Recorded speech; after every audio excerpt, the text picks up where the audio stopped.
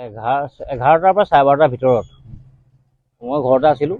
তেনেকুৱাতে ফোন এটা আহিলে, ওচৰৰ মোৰ দোকানী এজন আছে সঞ্জয় তাৰ নাম, সি মোক ফোন কৰিলে, দাদা আমাৰ ঘৰৰ ৰাস্তাটোত কিবা মাংস টুকুৰা পৰি আছে, আপুনি আহিবচোন। মই ঘৰত কিবা কাম কৰি আছিলোঁ, কৰি মেলি সেইবিলাক কৰি আহি মই চালোহি, হয় কিবা ডাঙৰ ডাঙৰ মাংস টুকুৰা কিছুমান পৰি আছে।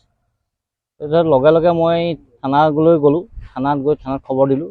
পুলিচে লগে লগে মোৰ লগত আহিলে, অহাৰ পিছত মাংস টুকুৰাখিনি লৈ গ'ল, তেওঁলোকে পৰীক্ষাৰ কাৰণে মাংস টুকুৰাখিনি লৈ গৈছে।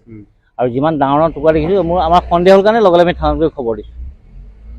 জেগাটুকুৰাৰ নাম দিগম্বৰ চুক বুলি কয়। এইফালে দিগম্বৰ চুক ৰজামনা সংযোগ হৈ আছে জেগাখিনি। 11টা 11:30মান বজাত মই ওচৰৰ দোকান এখন আছে, দোকানলৈ আহিছিলোঁ। তেতিয়া যাওঁতে দেখিলোঁ ডাঙৰ ডাঙৰ মাংসৰ টুকুৰা কিছুমান পৰি আছে।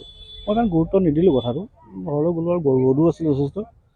যোৱাৰ পাছতে দোকানখনৰ পৰা দাদাজনে ফোন কৰিলে যে এনেকুৱা কথা, ইয়াত গৰু মাংস হ'ব পাৰে, ডাঙৰ ডাঙৰ টুকুৰা পৰি আছে। আহিলোঁ, লগালগ চালোঁ, চাই পেলাই পুলিচত খবৰ দিয়া হ'ল। পুলিচ আহিলে, আহি মাংস টুকুৰাখিনি তেখেতসকলে ল'লে। তেখেতসকলেও সন্দেহ কৰিছে হয় বুলি, ভেটেৰিনেৰী টেষ্ট কৰিবলৈ লৈ গৈছে।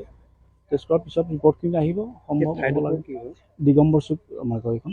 দিন দুপৰত এনেকুৱা ধৰণৰ 11টা 11:30মান বজাত হ'ব। ক'লা কেৰিবেগ এটা পৰি আছে।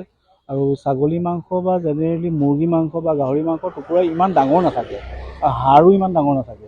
সেই হাড়ডাল যথেষ্ট ডাঙৰ আছিলে। অসমৰ বিভিন্ন প্ৰান্তত এনেধৰণে গৰু মাংস হয় ধৰ্মীয় স্থানতে হওক বা বিভিন্ন স্থানত এনেধৰণে অপকৰ্ম কৰি আহিছে। হয় হয় আচলতে সন্দেহ কৰিব পৰা যায় নেকি? সন্দেহ কৰিব, সন্দেহ কৰিব পৰা যায়। সেইটো কাৰণেহে পুলিচত খবৰ দিয়া হ'ল আচলতে।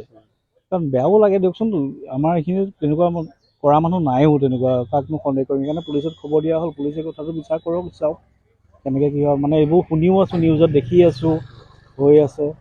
সেইটো কাৰণে একচুৱেলি পুলিচত খবৰ দিয়া হ'ল। এতিয়া পিছত কি হয় পুলিচে গম পাব, ক'ব।